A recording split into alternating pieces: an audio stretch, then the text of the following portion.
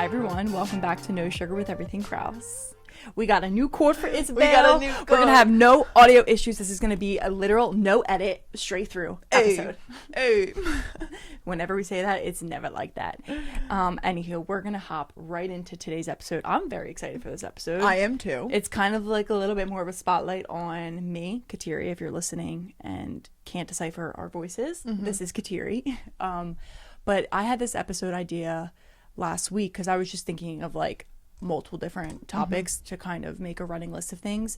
And I was like, wait, this is before I became a fitness instructor, this would have been a podcast episode that I would have listened to. So anyway, today we're going to talk all about being a group fitness instructor, kind of a personal trainer, but more so the group fitness side of things and teaching at studios, and just kind of the ins and outs of it, and really talk about things that I feel like people don't bring up with this, because whether it's financials or the behind the scenes, the not so pretty stuff that maybe people don't mention. And I feel like right now there's a massive wave of people wanting to teach Pilates or yoga sculpt or just teach at a studio, which is great, but it can be hard to find out information about like what actually goes into it.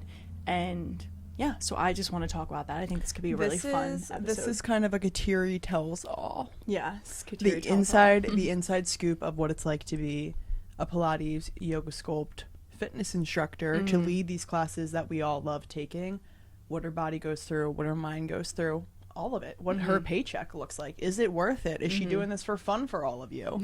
So literally.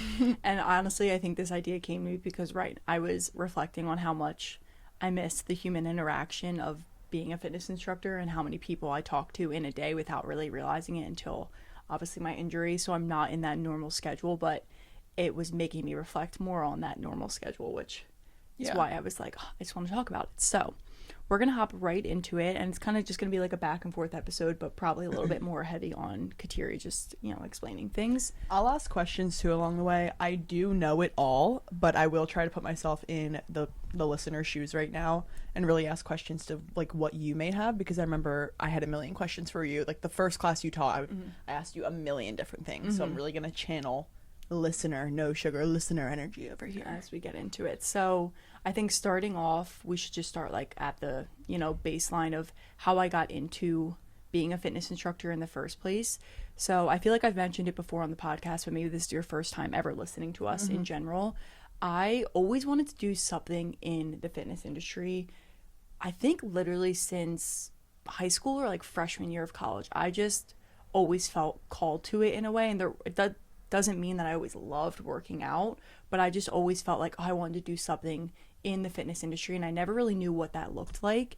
Even in college, my freshman year, I went into school undecided, and one of the majors was human nutrition, fitness, and exercise, which sounds right up my alley. It's like what I do now, but basically that major led to like PA school or even like becoming a doctor or something like that, and that was not the path that I wanted to go down, and the risk was not worth the reward for me because it just wasn't what I wanted to do.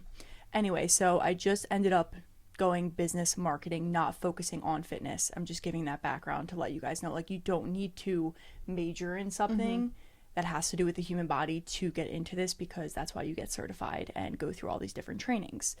But all throughout school, when I would come home on breaks, our mom started going to the yoga studio like up the street from us, and they had yoga sculpt, fitness classes, obviously yoga classes themselves. Our mom would always do the more like fitness ones, so yoga sculpt, and our studio calls them grit or HIIT classes.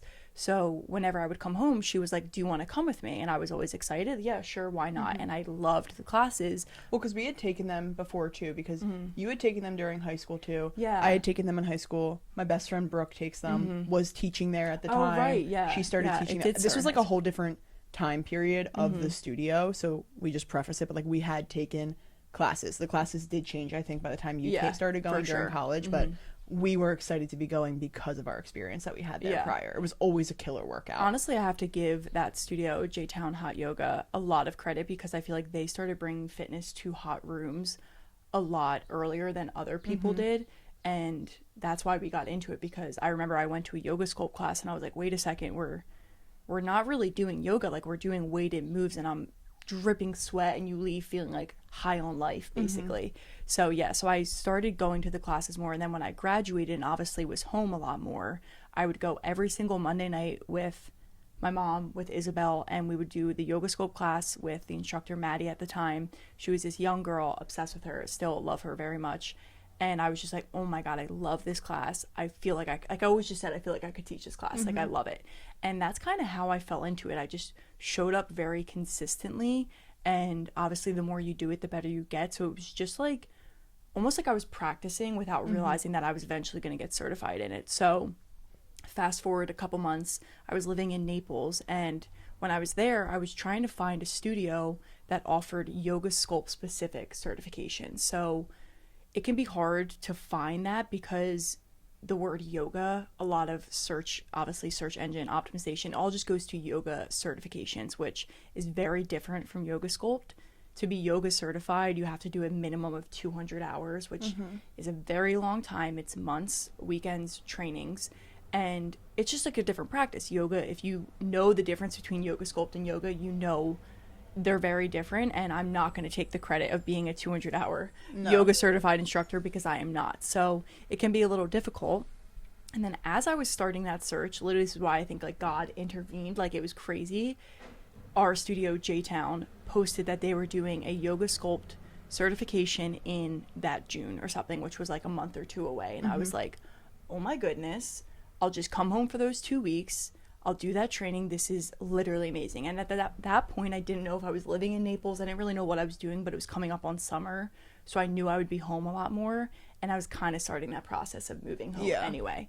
So I just wanted to give that backstory of like how I kind of got there. So I kind of have a question. Go ahead. I'm like, why do I not know the answer to this? But you said that you were in Naples. Were you taking sculpt classes and then you went to Naples for a bit and were lacking sculpt there? Yeah, I went and that's when you started searching? Yes, I started going to a yoga studio in Naples like once a week, like on the weekends, just as to like get out of the house more so. But it was like a vinyasa yoga class, which I loved. It was great, but it wasn't the sculpt aspect. So I started looking up like yoga sculpt studios near me, and then it kind of led to, can I teach myself this? Like I just like want to be certified and I want to start doing this. And mom was always kind of spearheading that too. Like mom was always pushing, like, see if you can get certified, see if you can teach somewhere, like ask the studio owners, how do you get certified? And then it really was crazy when they posted that they were doing that certification. I was like, this is very specific. Yoga sculpt 50-hour certification, 2 weekends in a row, Saturday and Sunday, boom. Just it was like literally meant to be. Like when you told me that, it was like no question. I was like, oh my God, you're doing it, right? Like it was like, oh, it's so easy. That was just like literally perfect. But that's how I got into it. So I did that yoga sculpt certification. Like I said, the certifications can range depending on what class you're getting certified in. Yoga sculpt, it was a 50-hour training, so it was 2 weekends in a row, like I said, Saturday and Sunday, and you go through like all the basics. You learn the vinyasa flow, the sun A, sun B, all this different type of stuff, and then you practice teaching with the other people that you're doing the training with. And then on the last Sunday of the training, we actually all taught like a part of class to the Sunday morning class. So it was a room full of people that were signed up for the class. It was a free class for them, and we all just like taught a section, which was really nice because it kind of broke us in a little bit more of getting comfortable speaking through it. Obviously during that I was like reading my notes like crazy, making sure I was saying all the right words, but that just kind of spearheaded basically where I am now, teaching a bunch of different style classes in a bunch of different studios. But my number one tip to start off really this conversation is, if you want to get certified or if you want to start teaching somewhere, try and go to like your home studio, start taking classes a lot, get comfortable, and like ask them if they have any trainings coming up or if they can recommend one, because 9 times out of 10 they will have a bunch of instructors that got certified through the same place, or they might be offering one in the summer because they need more instructors, and it's just like a great way to start teaching at a studio without having to apply, and also just gets your foot in the door a little bit. I was gonna say, that's not like a crazy question to ask, by the way. Oh no, these studio I used owners, to think it was. Yeah, that's what I was gonna say. I feel like Kateri used to think it was. These studio owners, they hire so many instructors, they see so many instructors come through where they've had such like lifelong because ones. schedules change. Yeah, schedules change. Like there is always going to need to be a fitness instructor. They always need to have people, so they love sharing, like, you can go get certified here, we offer a certification, are you looking to become one? Like they want you to be wanting to become a teacher. Yeah. So don't be scared of that. Another thing I just want to say from like my side perspective is we're talking about Kateri and how she got a yoga sculpt certification. You said make sure you kind of take the classes before. I think that helped you tremendously because 100%. something about yoga sculpt that we kind of like hinted on was it's not yoga. It's really strength training moves in a sauna type of room with some yoga flow to like take some breathers in between. Yeah. And that's great, but because Kateri took the class, her foundation in the style of movements that she was doing was there. So when she went into this training, it clicked. Like it was just, oh, okay, I'm learning how to actually properly do it as a teacher. Yeah, now. like when they were teaching the Sun A, it was like, I already know how to do this, but now I'm learning the behind the scenes of it and the actual cues and why we're doing this in the class. So it definitely gave me such an amazing backbone and just like a foundation to stand on in terms of my comfortability and like feeling qualified to be there in a sense, which like you don't need to be qualified. That's why you're getting the certification to become qualified. But I think if you're curious about something, see if you even like the style class in the first place before you pay $1,000 for these certifications. They're not cheap to do. Yeah. So like make sure it's actually a style class that you want to teach before you just sign up for anything that comes along your way. I have a question. Maybe you want to touch on it later. Does this sculpt certification, did it cover other classes at the studio or just sculpt? Because like I just said to them, sculpt is very strength inspired, but it also has the yoga flow that you did learn. But there's HIIT classes at the studio that are much easier, not easier than sculpt, but just the fitness movement. So you could technically teach those, correct? Not through the sculpt certification. So that Okay. was a completely different actual certification through that same studio. They were then offering their, like a couple months later, their HIIT certification. So of course I signed up for that because I wanted to be able to teach fitness classes that weren't any yoga also at that studio. So Sorry, I misled you there. that's okay. So that was a whole second certification to do strength training HIIT classes at that studio. Now, because let me back up a little bit. So I am certified in yoga sculpt, strength training, and HIIT classes, mat Pilates, and that's Personal it. training. And personal training, of Which course. but that's a big one because personal training is what allows you to go to any gym and say, I can teach a class here. Exactly. And I have to say that strength training / like HIIT certification that I did also allows me to go to other studios and show that and be able to kind of like just play around with what style classes I can teach because I've brought that style with me to a couple of other different studios who maybe don't have anything like it or have something similar and are just looking to fine tune it. So as much as like the yoga sculpt certification was very centered on yoga sculpt, now I can take that to any studio and teach yoga sculpt anywhere. And same with the HIIT, now I can maybe like inspire another studio or bring that style to it, and just gives me confidence in the strength training moves. And of course the personal training background, that certification is like my biggest win because I spent months studying for that and I went through a lot of pages in a textbook. I took a proctored exam to get that certification, like that has the most credibility. So that really is like my backbone in all of it. But you don't need it. But all of those styles that I teach, so mat Pilates, the strength, and the yoga sculpt, every single one of those, I got my own certifications for them. Okay, good to know. Because you also like want to feel qualified. Like as a personal trainer and fitness instructor, the worst feeling in the world is feeling like I have no idea what I'm doing. I can't lead these people, because you have people's bodies in your hands literally, which is crazy, but like anything can happen, and you just want to be able to like actually adjust them where they need to be or guide them in a way that makes their bodies feel good so they don't get injured or they don't hate your class or they actually like get a good workout in. So you just want to feel confident, which is why when I got the yoga sculpt certification, I was ready to take on the next one because I just wanted to learn more and be able to do more in the first place. So again, all of those certifications I got from at different times. The mat Pilates certification, same deal. The one studio where I teach now, Sanctuary Wellness Studio, they were offering the mat Pilates sanctuary teacher training, and I signed up for it. It was one weekend, I did it, and that's how I got my foot in the door with that studio. So again, like I keep saying, if you want to teach at a studio, try and do a training there, because they are doing it to get more teachers in the first place. And then you trained under them so they know that you understand the style that they offer, the kind of like requirements for it. They give their 2 cents on it. Like the owner of Sanctuary was like, this is the vibe of the studio, this is what we like to offer our clients and everything like that, and the standard that we set here. And she immediately, or he immediately, has more trust with you because you came and took that training with them. So she's like, I know you're going to be good to go. And yeah, that's kind of like how you can get your foot in the door, really. Like, whenever people ask me, how do I get into a studio, I always give that piece of advice first. If they're offering a training, try and do it. Well, that's like, I think about Sanctuary, and I'm not saying that like they wouldn't have taken you if you didn't do it. I think they would have. But it was almost as easy as like, took the training, I start tomorrow. Like, that's how easy I feel like it was. It is. And Sanctuary is I've heard of Sanctuary before you even went there. I tried to get a job there before I took the training, because, not really tried, I had DM'd them once on Instagram, but their account was set up where, like, some business accounts, they don't receive DMs. Yeah. That's what it did, and I never really followed up, but that was me trying to do the yoga sculpt. And they require all their instructors, no matter what you teach there, to do the Sanctuary teacher training, just so that everyone's kind of on the same page, which I like anyway. But so just a little bit more on like getting certified before we get obviously further into this conversation.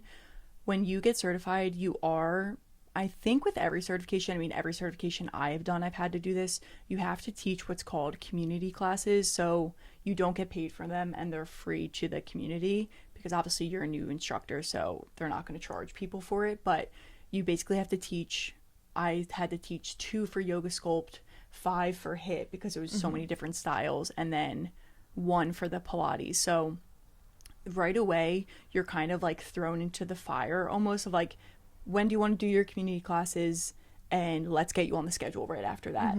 The community classes are the best way to just like shake the nerves off before you're on a consistent basis at the studio, before you get a consistent schedule.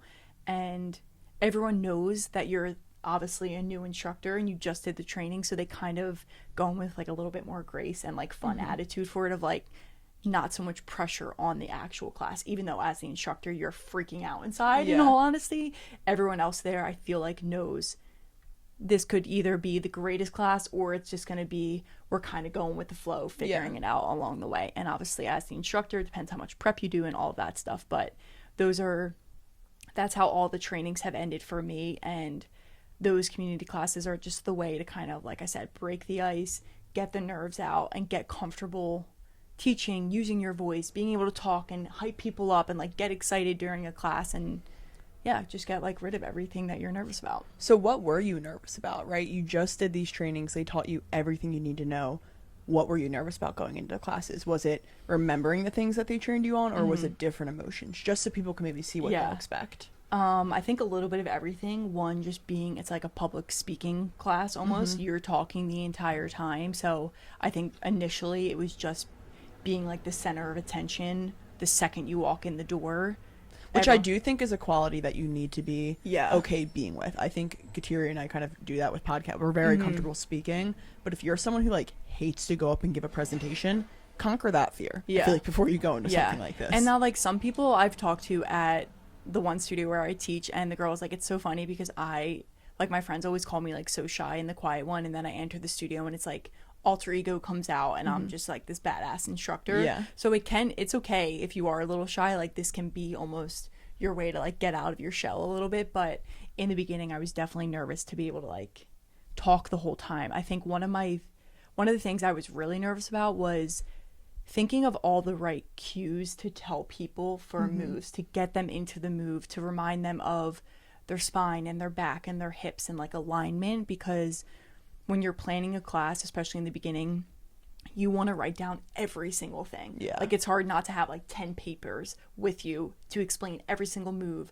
when to do it, the timing of it, all of it. Like, you just want to have it all written in front of you, so worst case scenario you can flip through your pages. But have you ever taken a fitness class where you've seen an instructor reading off pages? No. So it's like, have you ever really listened to the fitness instructor? I'm not saying that we don't listen. I love your cues, but they are just subconsciously playing in my head, and I'll tuck my core when I hear her to tell me to tuck my core, like just to the whole But you're room. not like, but I'm not like paying attention to you. Yeah. I'm doing my workout. That's what I'm there for. I want to say that to everyone, because I feel like a lot of people like that maybe would want to do it, get nervous about it, and it's like, everyone's there to just have a good workout for themselves. They're never going to be mad at you or place the blame on you. And that is one of my biggest pieces of advice. When I've had someone DM me recently, she was getting ready to teach her first class, and that's what I told her, because she was very nervous about it. I'm like, as much as you think that you're the main character in this workout, you are for like the half a second when you're introducing yourself, saying hi. As soon as people start that workout class, you are not the main character anymore. You are the background noise. You are the person with the good playlist. You're telling them what move is next. You're demonstrating, but they're looking to you not to judge you, for you to guide them, and then they can start their next move and like make sure that they're doing it right or whatever. So the pressure is on you, but at the same time, like, you have to put yourself in the client's shoes and be like, well, I don't pick apart my instructor, so why do I think people are going to pick apart me? So 100%. it's important to like put yourself in the other people's shoes before you go into it, because it kind of helps like remind yourself like, whoa, it's really not that deep. And especially for the community, because like when I went to a community, I was like, I don't care if I hate the workout or not, it's just free. Exactly. So it's kind of like the best kind of class to do. Exactly. So I was definitely like a little nervous about that, like remembering everything and just like planning out the class and the timing of things. Before you teach your first class, you have no idea how fast you're going to go through everything. At J-Town, we use a timer, which is helpful, but at all the other studios, I don't use a timer. So even when I started teaching at Sanctuary, that was like a new hurdle for me to get through. I remember I said, like, how do I know if this class is actually going to be 45 minutes? What if I speed through the moves because the nerves, you move quicker when you're nervous. So that's definitely something to think about as well. But the same thing with everything, consistency is going to make you better. So the more you teach, the more you practice, the more you plan your classes, the easier it's going to be. And soon you'll realize, like, I could literally go teach a class right now with zero plan, zero timer, no expectations. I could go in and come up with something, and it would be, everyone would thought I had planned it for a month, literally. And that's not being cocky. That's just how confident I am in my skills to do it, because I've taught at this point, oh my God, I can't even imagine how many classes I've taught, like, in the past 2 years at all these different studios. That really is growth. From my perspective, that is growth, because I was the one that saw her with the curated playlist, with literally a sheet printed out before every single class. Like, Isabel, I need to go plan my class. I have a class tomorrow at 7 And like, I do plan my classes still, but now it doesn't take me 4 hours to plan it, and me having to run through everything on my own,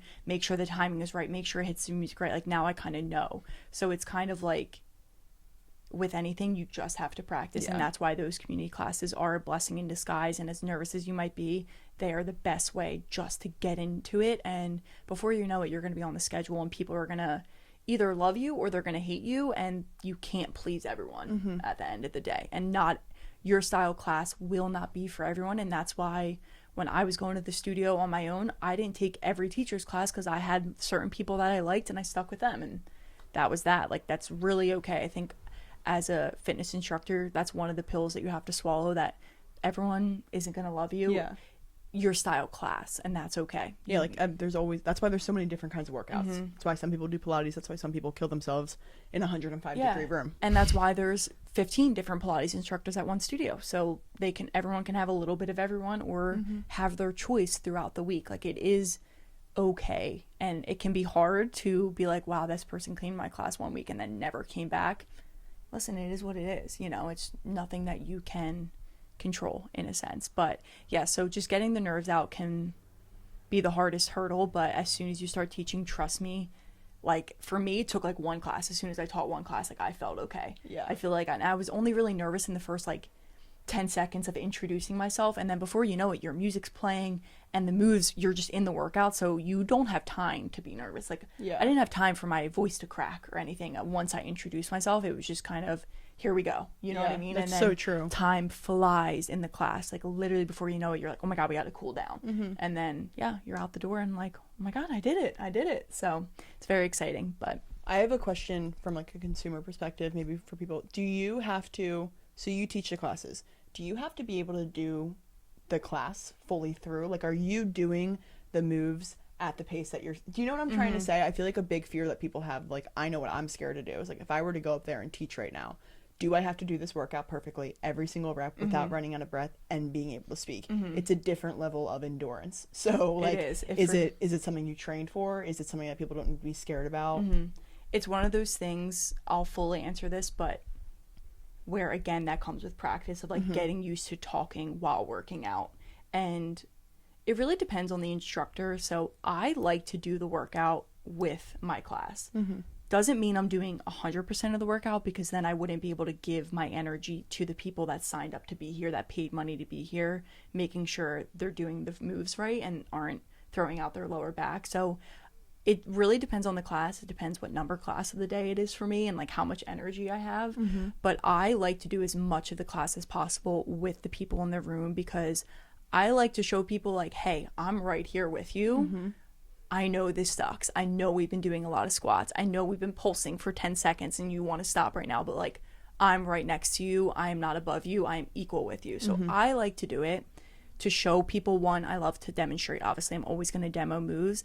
And then, like I said, yeah, just be like right alongside everyone. But I will, especially during like cardio spurts and like cardio sections in my strength and HIIT classes, like I will stop when in the HIIT classes it's 4 rounds, 20 on, 10 off. So on like the 4th round, I won't do it at all. So I know that those 20 seconds, it's time for me to like catch my breath and be ready to explain the next move without being like gasping for air, because if I did it for the whole 20 seconds, I wouldn't be able to talk. So I kind of know my limits, and I know what cardio moves I can do the whole time and still like catch my breath really quickly, or I know which ones are going to gas me, and all right, I'll do like 2 rounds, and the last 2 I'll walk around more, you know, like really focus on like motivational words and things like that. So it really just depends on what style class I'm teaching. But again, when I'm there, I'm not there for my workout, I'm there for everyone else. So I don't look at it as like, I gotta get a good workout in today because it's the only time I have, so I don't care what anyone else is doing, like I'm just gonna do the entire thing. It's never really like that for me, because it's not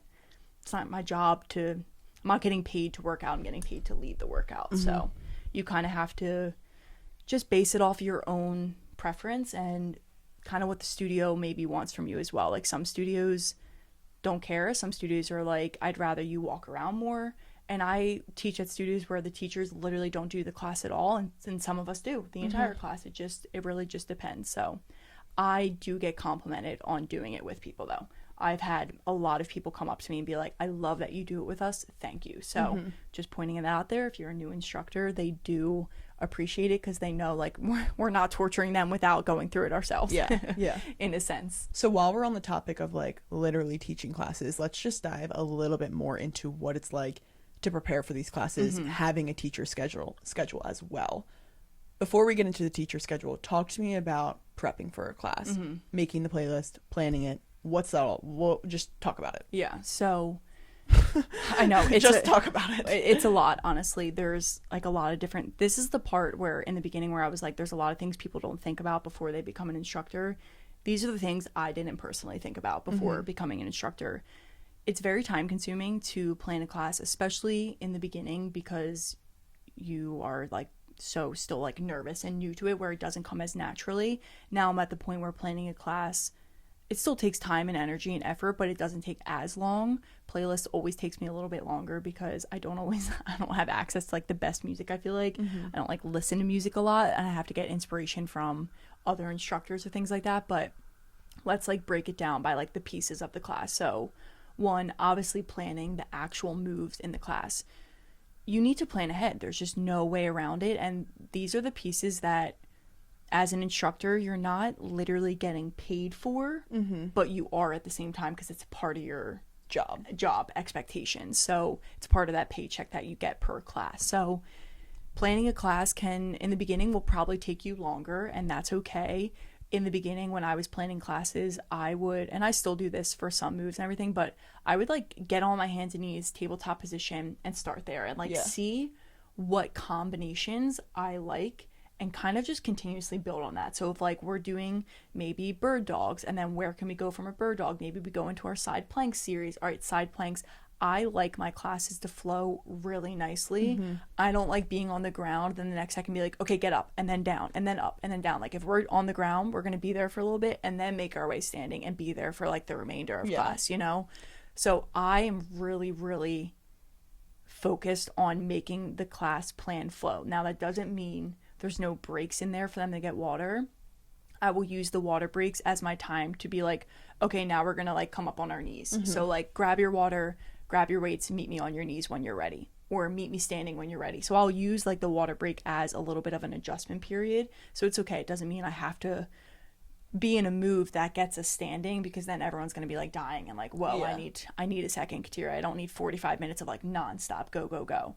But the planning of the class definitely, it takes the longest because you want it to be intentional. You also want all the moves to go together nicely. You want the warm up to warm up the muscles that you're using in the class. So you have to kind of like think about that and be able to recognize that me warming up like my legs only isn't good, because I am going to be using my arms. So like, how can I add some upper body warm up in there that maybe people don't realize that we're warming up, but is like stretching out the entire body. So you kind of have to be able to piece all that together. And again, that can take a long time, but it's worth it so that when you go to class, you know that you're prepared. Like nothing is worse than showing up at a class feeling like, I don't love my class plan, or I only planned like half of it and now I don't really know where this is going. I have taught a class before, and I'm gonna admit this is more so me like challenging myself of being like, I have somewhat of an idea what we're gonna do. Let me see how my brain just like goes with it. And it's been a 45-minute class and they've turned out amazing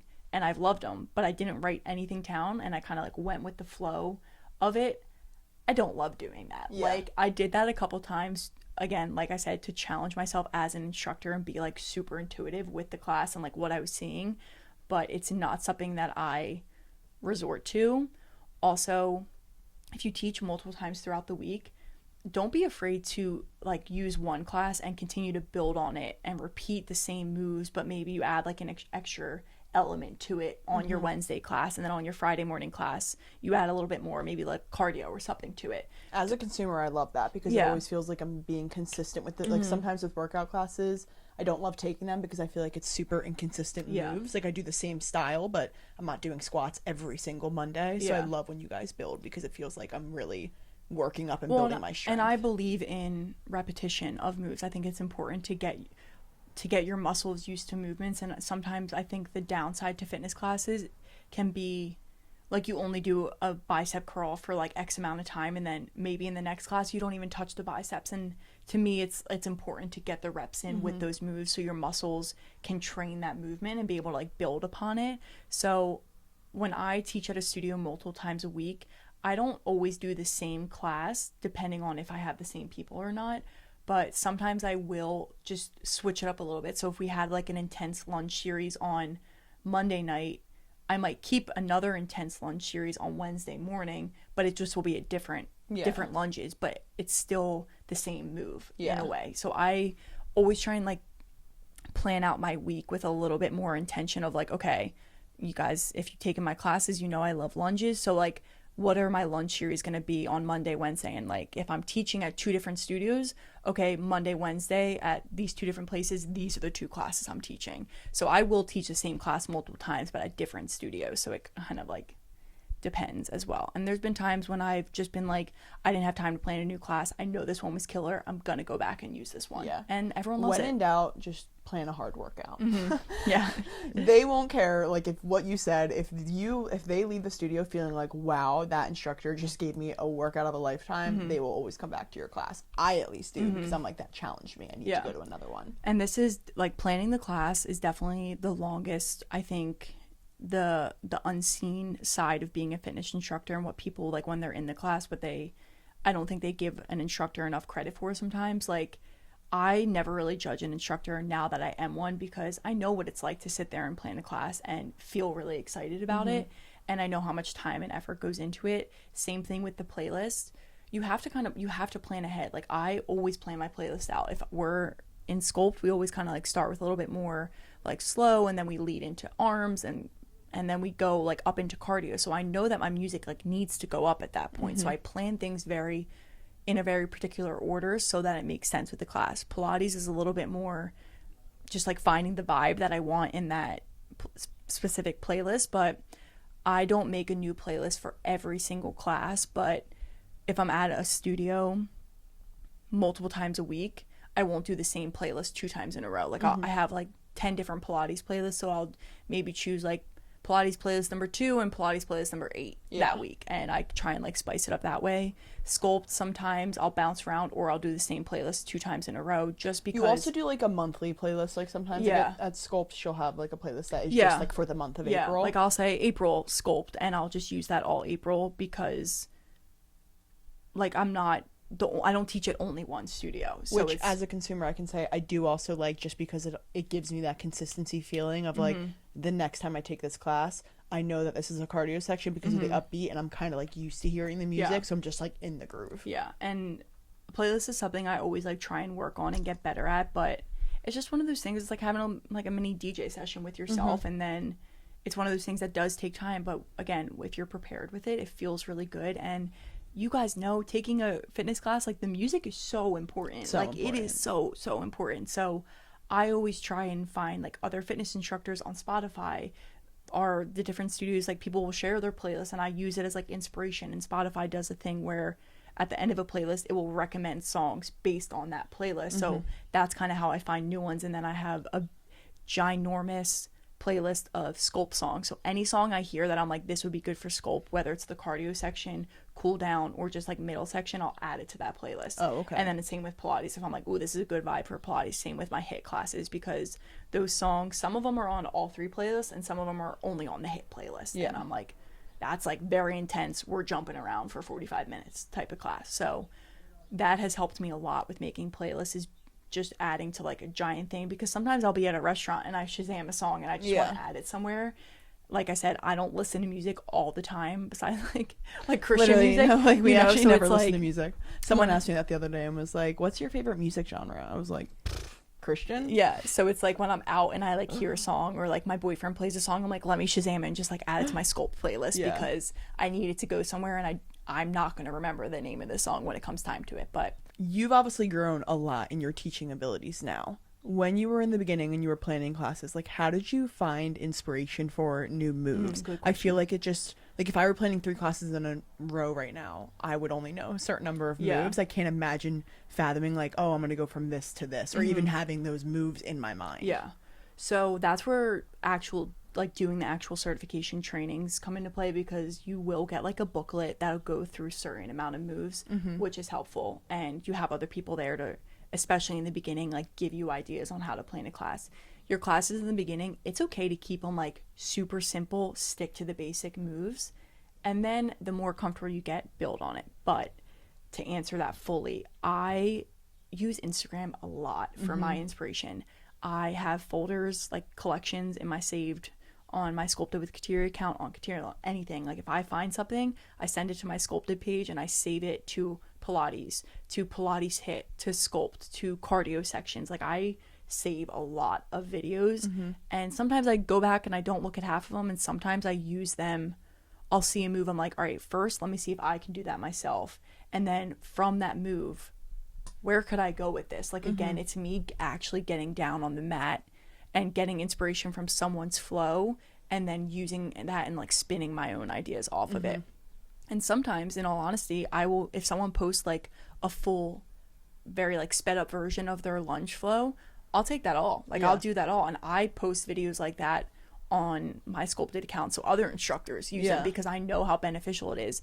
And maybe I'll change up like a little bit, maybe the weights that we're using are different, or the arm movement, but I'll keep the leg things the same, because I'm like, that was freaking amazing. And I'll do it myself while I'm watching this girl on Instagram do it, and I'm like, that was good, I'm gonna take that. Like there's no shame in that, in all honesty. Well, that's the beauty, I think, of the fitness instructor community, is that there are so many fitness instructors out there. Like there is always a playlist that you can go to and pull inspiration from. There's so many accounts. Sculpted with Kateri, I even go and look at her account when I'm in the gym sometimes and I'm forming my leg day, and I'm like, what kind of squat compound movements is she doing? I kind of want to build a full body right now. So it's literally helped me to like build my own workouts now. So when in doubt, go look at another Exactly. instructor's So page. social media like is your best friend. Again, they're very sped up, so those flows that people post, that I post, it's not the entire class. It's, we teach a 45 or an hour long class. Like I can't post the entire thing for you, but you can get a lot of inspiration on there. So that's where I turned to. It's where I turn a lot now. I'm still saving things for when I'm back to my full-time teaching, so that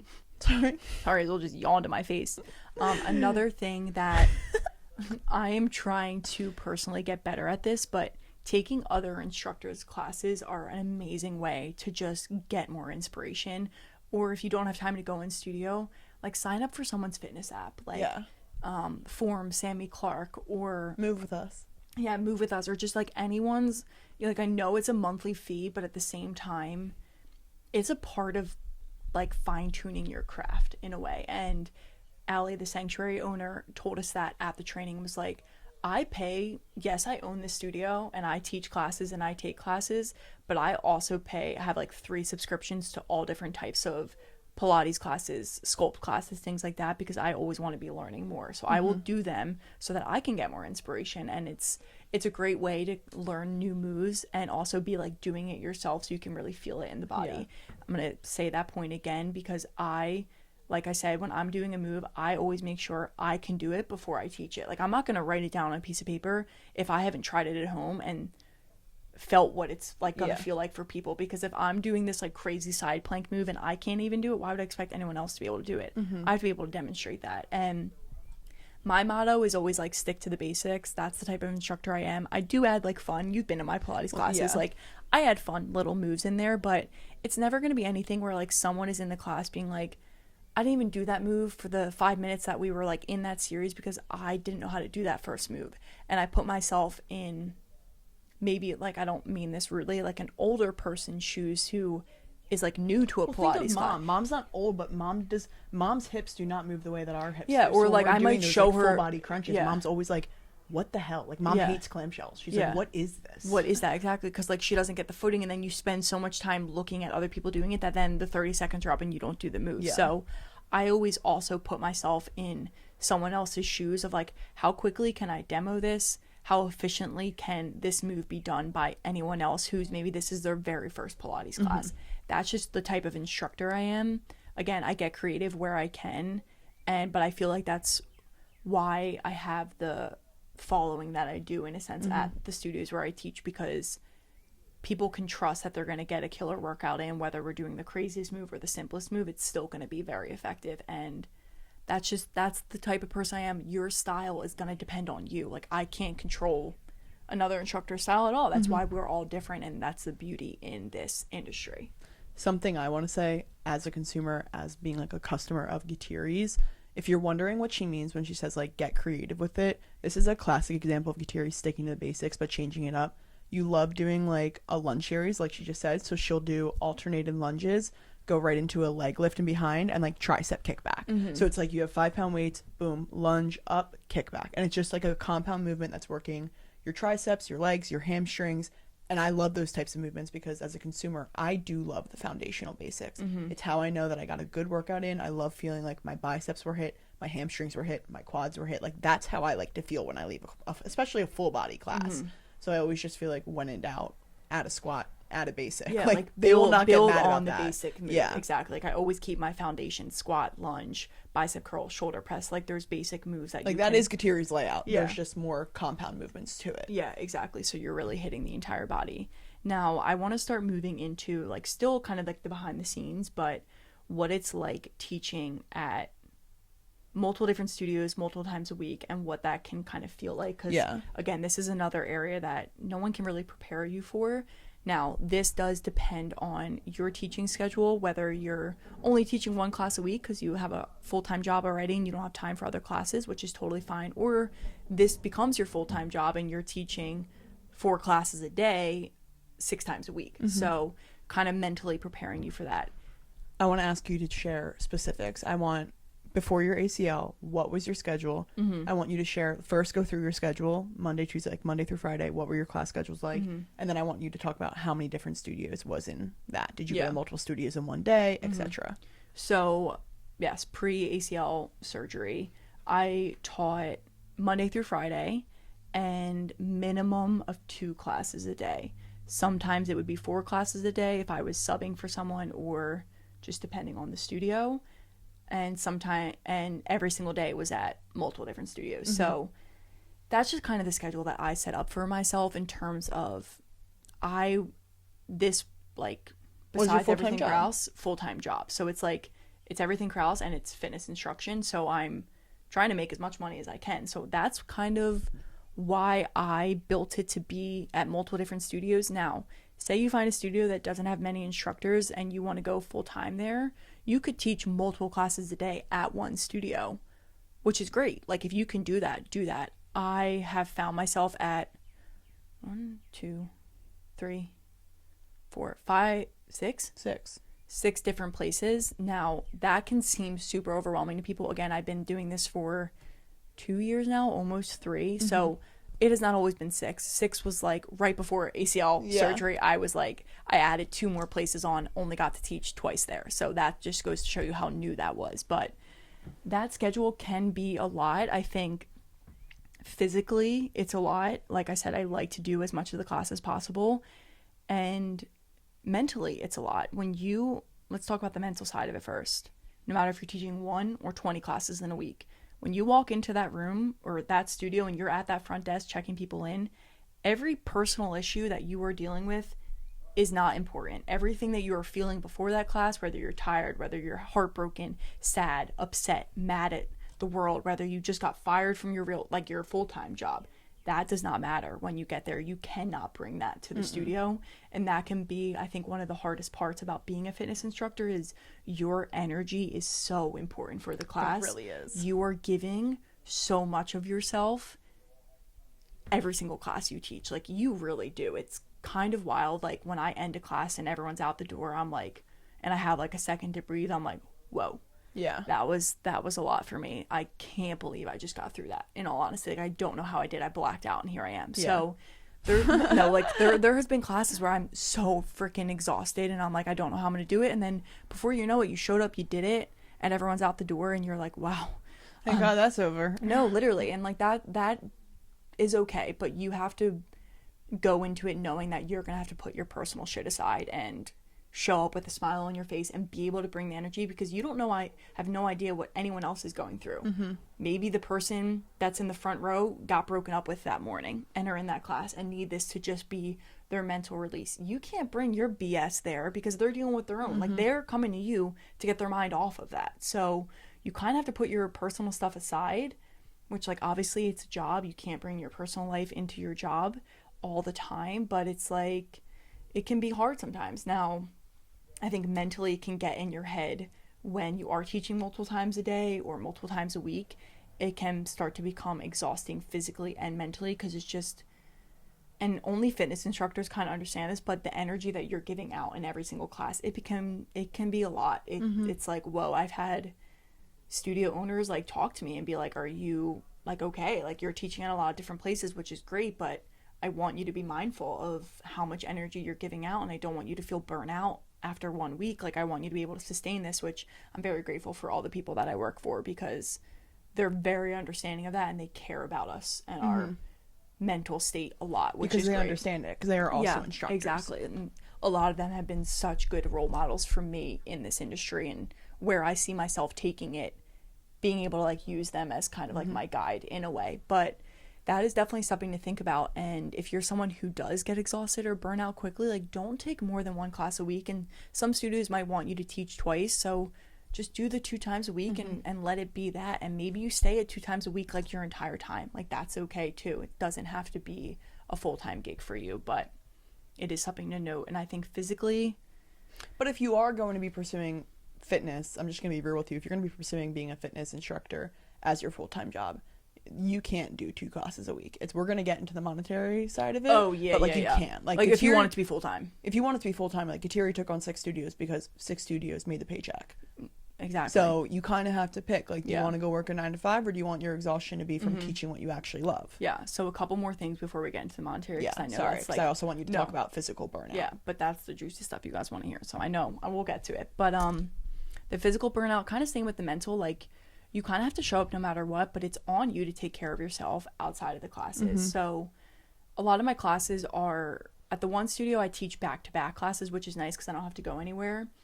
Physically, that can be a lot. By the time I'm done, I'm like, whoa, 2 hours of working out. But like I said, if the second class, I'm like exhausted from the first class, I'll just take it a little bit easier. You have to listen to your body in a way. Like, you can't do everything all the time. So if you're like, whoa, I'm really sore and I'm teaching 4 classes tomorrow, just pull back a little bit. Like, don't push it all the time on yourself, because by the end of the week, the reason I don't teach Saturday or Sundays, because like I need those 2 days to let this body rest. Like I need to find like calmness again, and there's no shame in that. And you have to just like set that standard, at least for yourself, of like knowing when enough is enough. And like I said, if you're too tired for a class, just like pull back, do the demos, and maybe you just walk around more, you pay attention to people's form more.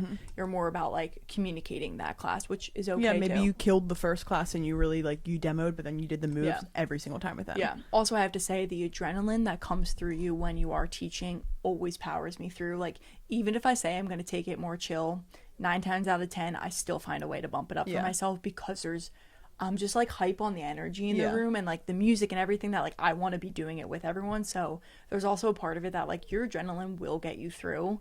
Maybe at the end of the class you're going to be exhausted, but like go home and get a good night's sleep and you'll be okay.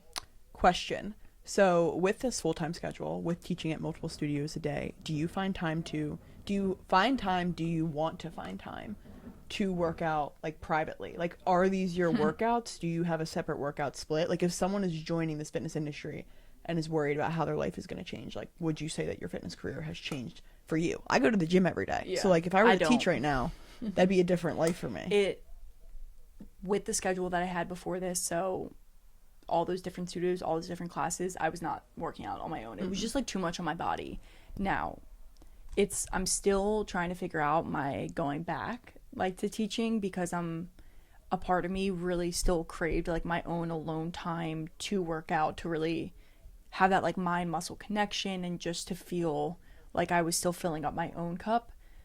Because I teach multiple times a day, I do obviously like count it as my workout. Again, I don't go into a workout class being like, if I'm teaching, being like, this is for me, it's for everyone else.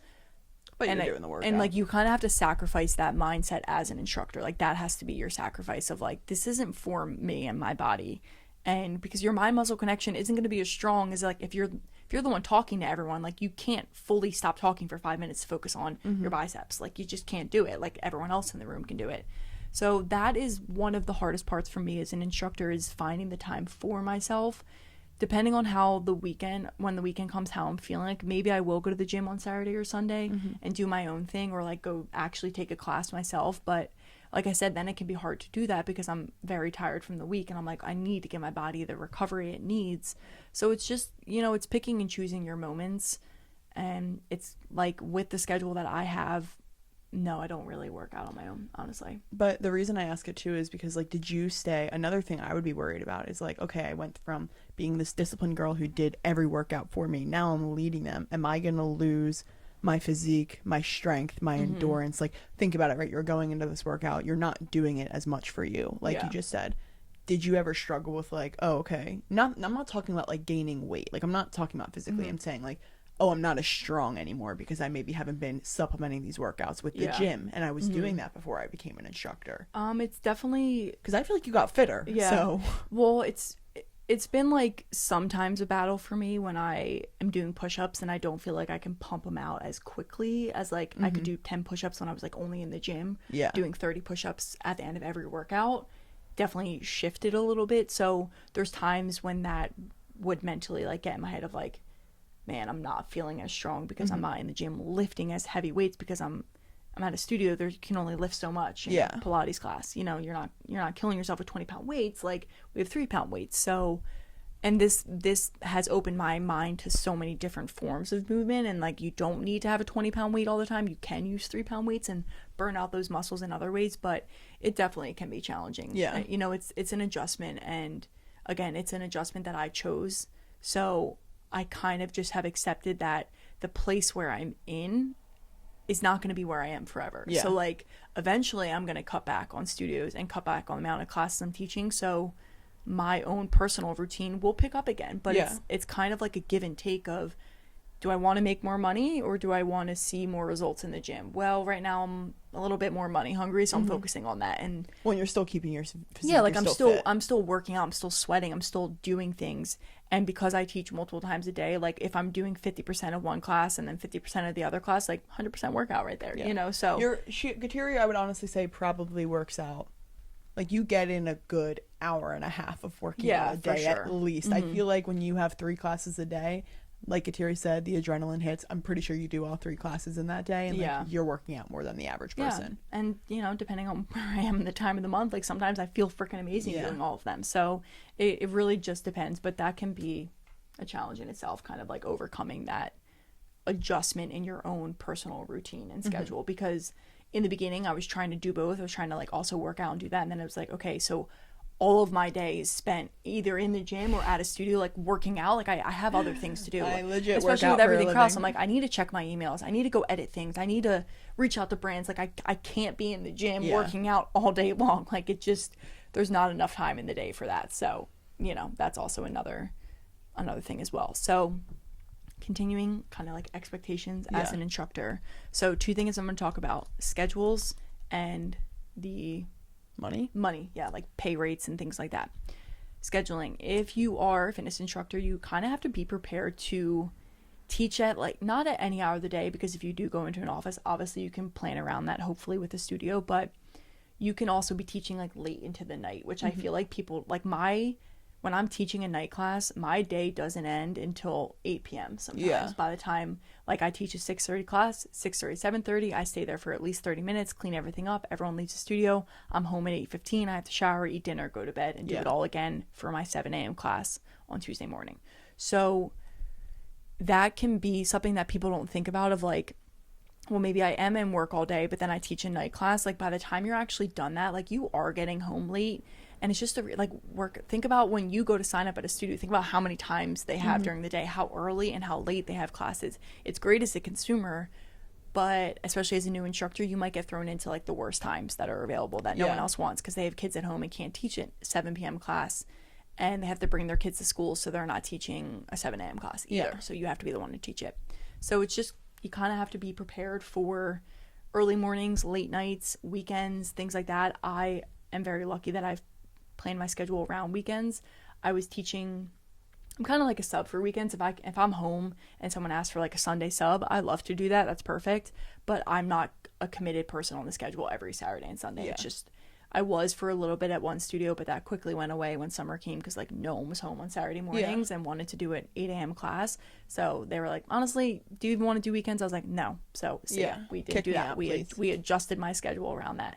But that's just one of those things that like I feel like people don't, it can have its negatives. So like I don't like working that late at night. You know, I wish I didn't have to teach any nights, so I can Well, it's also terrible recovery. When I take a night studio class, because on Tuesday I would do the Tuesday night class, Wednesday I would wake up and do the 7 a.m. class.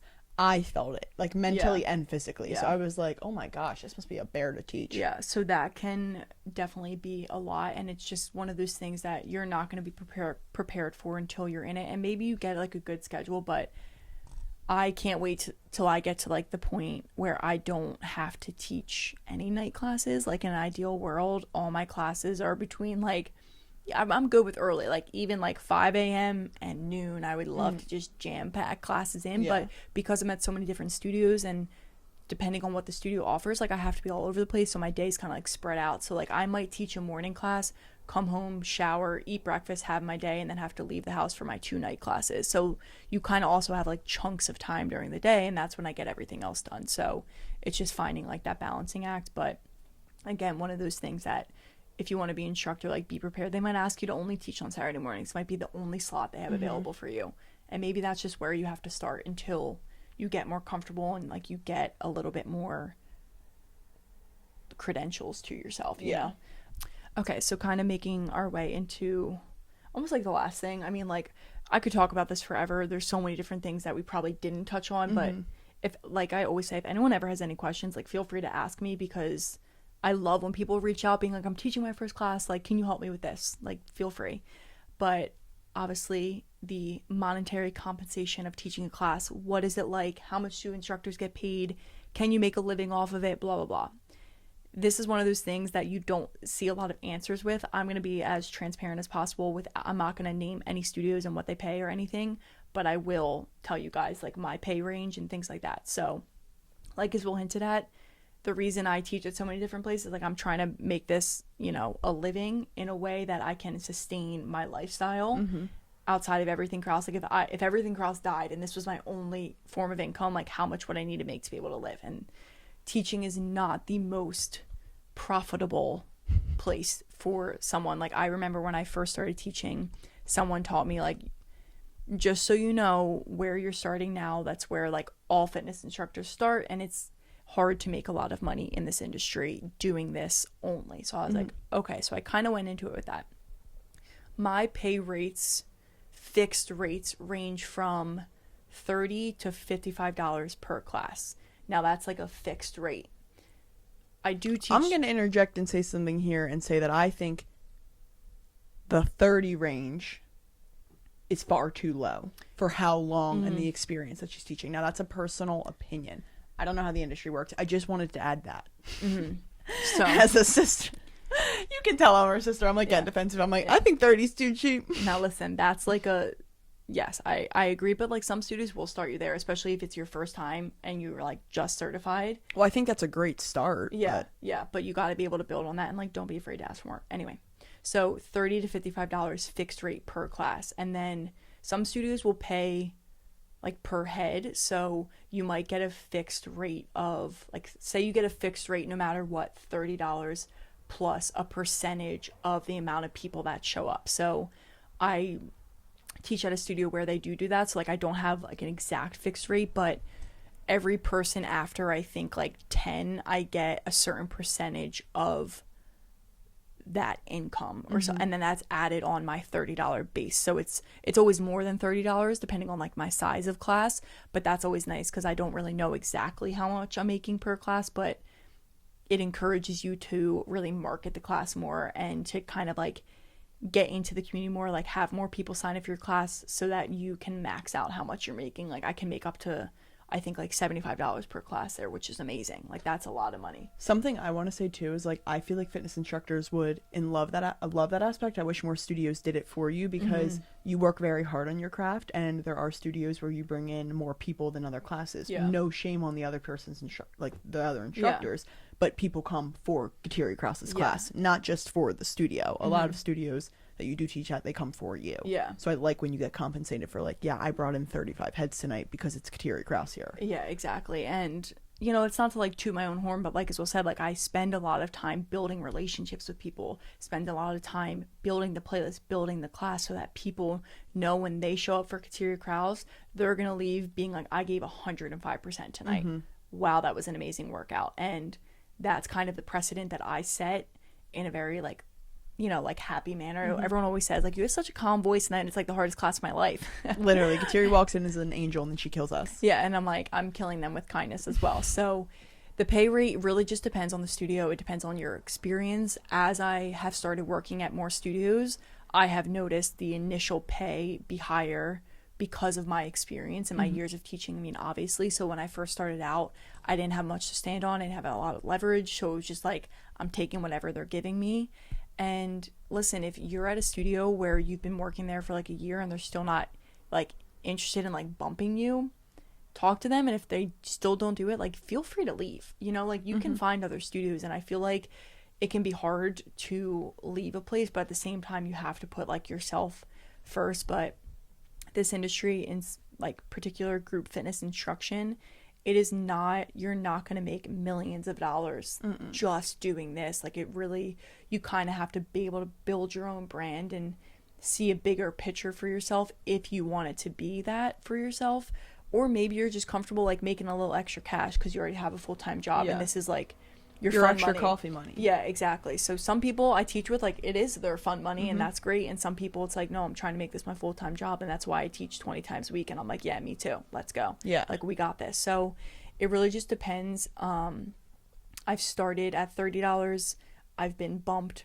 Some studios bump me quickly because of like my dedication, my ability to sub, and just like be their right-hand man. And some places I've had to kind of pull teeth to get a little, you know, bump in my pay. So it really just, it does depend on the studio, and it can be hard at first to kind of like be okay with that, because again, you're getting paid, say you're getting $30 for the class, the hour-long class. Well, what about the 30 minutes that you show up before, the 30 minutes that you're there after, the hour it takes you to plan the playlist in the class? Like, there's a lot of time and effort that goes into it that you're not really being compensated for. I hate to say that because like that's a part of the pay, it's a part of your job requirements, and I would never not be prepared because I'm not necessarily You getting can say paid. that. That's like a 3-hour prep time, $30, Yes. $10 an hour. So it's like minimum you wage. kind of have to think about it like that. And in the beginning I was just like taking whatever I could get, but now I definitely have a stronger standard for myself. Also, all the studios where I have continued to build on, I teach there for a reason, because I've taken classes or I've met the owner, I've done a training, and their level of respect for me as an instructor just shines through so like obviously that I'm like, no matter what, they're gonna respect me.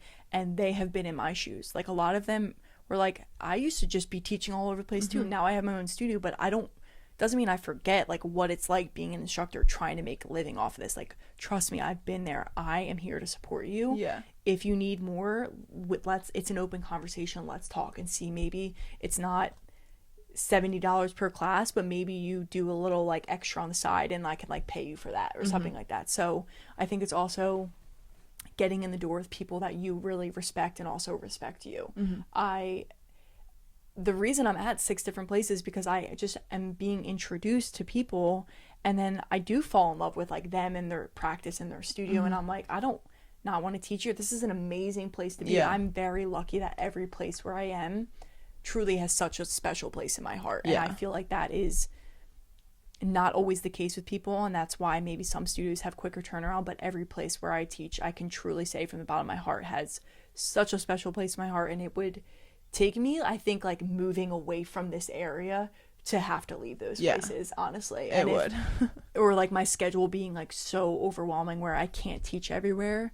Like, okay, and maybe I can only teach like 2 times a week at certain places, but other tip there, like something I want to say is Kateri teaches at very small niche studios. Not small. I'm not saying very small. I'm saying like different owners. If you want to like that respect that she's talking about, that community, I'm not knocking these places because I don't know what the culture or the environment is like to teach there. But if you go to a core power, I can't imagine it would be almost the same community as if you were to teach there. Yeah. Now you do do instructing and teaching at Lifetime, so maybe you can speak on that. I don't know. Well, that's actually a great point to kind of end on, of like these big franchises versus like small studios.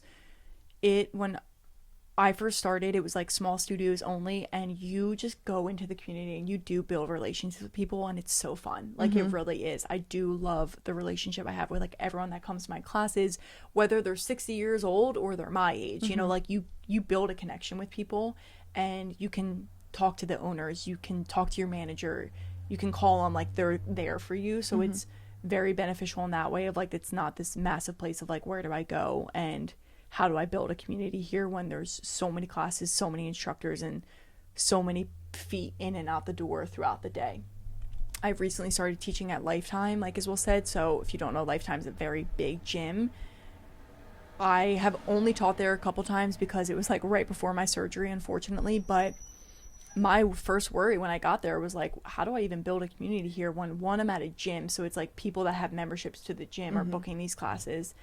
And it's just such a big place where you can feel like you're almost getting swallowed up. And I think that's, again, where it falls on you as an instructor to do something that's going to set you apart from the other instructors that are there. Because a place like Lifetime has a lot more instructors than a small studio like J-Town, for example. And that's just because of the size and the capacity. Like, there's no shame in that at all. It's just what Lifetime can offer versus J-Town can. Like Lifetime has classes literally the entire day, well, because people are in the gym the entire day. So it's just being like, almost, you can be picky. Like if you want that small community, only stick to small studios, but you might get paid less because it is a smaller studio and they're not racking in $4 million a year. Like maybe you don't care about growing your network. For Kateri, it was very important. It's okay if you don't. Like we also, said, maybe just it's like your coffee my money. connection came with Lifetime very seamlessly. It just kind of fit perfectly. And I also know after teaching, I've only taught 2 classes there, but the 2 classes I taught, I had some of the same people in both of those classes. I started talking to them after, and I was like, I can't wait to see you guys after surgery. Like, thank you so much for showing up and supporting. And I just know that it's maybe going to take a little bit more of me maybe taking other instructors' classes and showing my face in other classes, so people start to recognize like, oh, she teaches here and she's a part of the community. That's kind of what it has to be. And that's also the best way to build community in any studio, by trying to take other instructors' classes, because then people see you and then they get to talk to you, not like you're their instructor, just like, oh, you're in class with us too, like you're getting to experience this too. Like it is, that's something I'm trying to work on more, is like go to more classes as the student instead of the instructor all the time. So Yeah. I mean, that can be hard with the schedule, but if you can, definitely do it for sure. So I know this episode was like a lot of information. I feel like if maybe you're interested in becoming a group fitness instructor, maybe you're just interested in what? I'm laughing because you guys have probably noticed I have been like this the entire time. I apologize for no eye contact today. Continue. Listen, it's just been a lot of Kateri talking. I can't wait to not talk. But at the same time, I do miss teaching so much and talking so much. Like, Yes. I am trained to to talk for hours a day. Like, I really am. But if you are a new group fitness instructor, if you're interested in becoming one, I hope this was helpful. My piece of advice is like, if you want to do it, just go for it. You're going to be nervous at first, but before you know it, you're going to be able to teach a class like it's just like clockwork for you. You know, like it just comes so natural, and that's the best feeling in the world. So whether You'll never regret a certification. Here I Yeah. am regretting that I didn't get certified with my sister. Yeah, literally. But anyway, this is a very fulfilling role. It is so much fun. I really mean it. Like, I have the best time teaching. Even if I'm exhausted, I go into a class and my mind... Can you stop? I'm getting giddy at the end of the episode. Goodbye, everyone. I hope you enjoyed this No, episode. continue. I'm sorry. Well, you're just laughing while I'm 'cause, talking. like- I'm like trying to be serious, and she's just freaking laughing at It's me. like, I'm getting to Lulu, You're dude. yelling in my ear. I've been sitting here for an hour. Anyway, I just hope you guys enjoyed this episode. I No, know go back to what you were saying. No, If you want to be a fitness instructor, I'm No. sorry, everyone. I just miss it a lot. So talking about this was like a good little thing for me. Please say what you were going to say. I got it all out. Repeat. No. Repeat. It's very fun, it's very fulfilling, and it's a great way to meet a lot of people as well. I think like if you're in your 20s, we always talk about it's hard to meet people. This is a great way. Oh my god, goodbye. Well, I started laughing. You're 'cause pissing me I- off. You're honest. Oh, we reached the limit. Yep, hour 27. We're done. That's where it should end. You're busy. All right, so our camera cut out because we used up all the great. This is going to take 4 hours to freaking import to my computer. We used up all of it, and we used the last bit of camera footage on Kateri yelling at me. We hope you guys all enjoyed this episode. Again, if you have any questions, as always, please feel free to DM, text, reach out about being an instructor, becoming one. If you need some connections, reach out. That's why I'm here. Something that'll probably make you a better instructor is subscribing to this YouTube channel, liking this video, commenting on this video, interacting with us in any way, shape, or form, following us on Instagram at Everything Krause, at Sculpt with Kateri, at No Sugar Pod. Follow every single platform. They all matter. Literally, they all matter. Like, save, send every video. It all matters. Thank you for supporting us. We support you, and we're open books. We're trying to become more open as we come on this podcast. So if you ever have any other topics that you want talked about, feel free to let us know. Want to know our worst heartbreak? This might have to be a two-parter. We've never been heartbroken. This might have to be a two-parter. No, you guys are getting Anyway, this all on. we hope you guys enjoyed this episode. We hope you have an amazing rest of your day, an amazing rest of your week, and we will see you next time.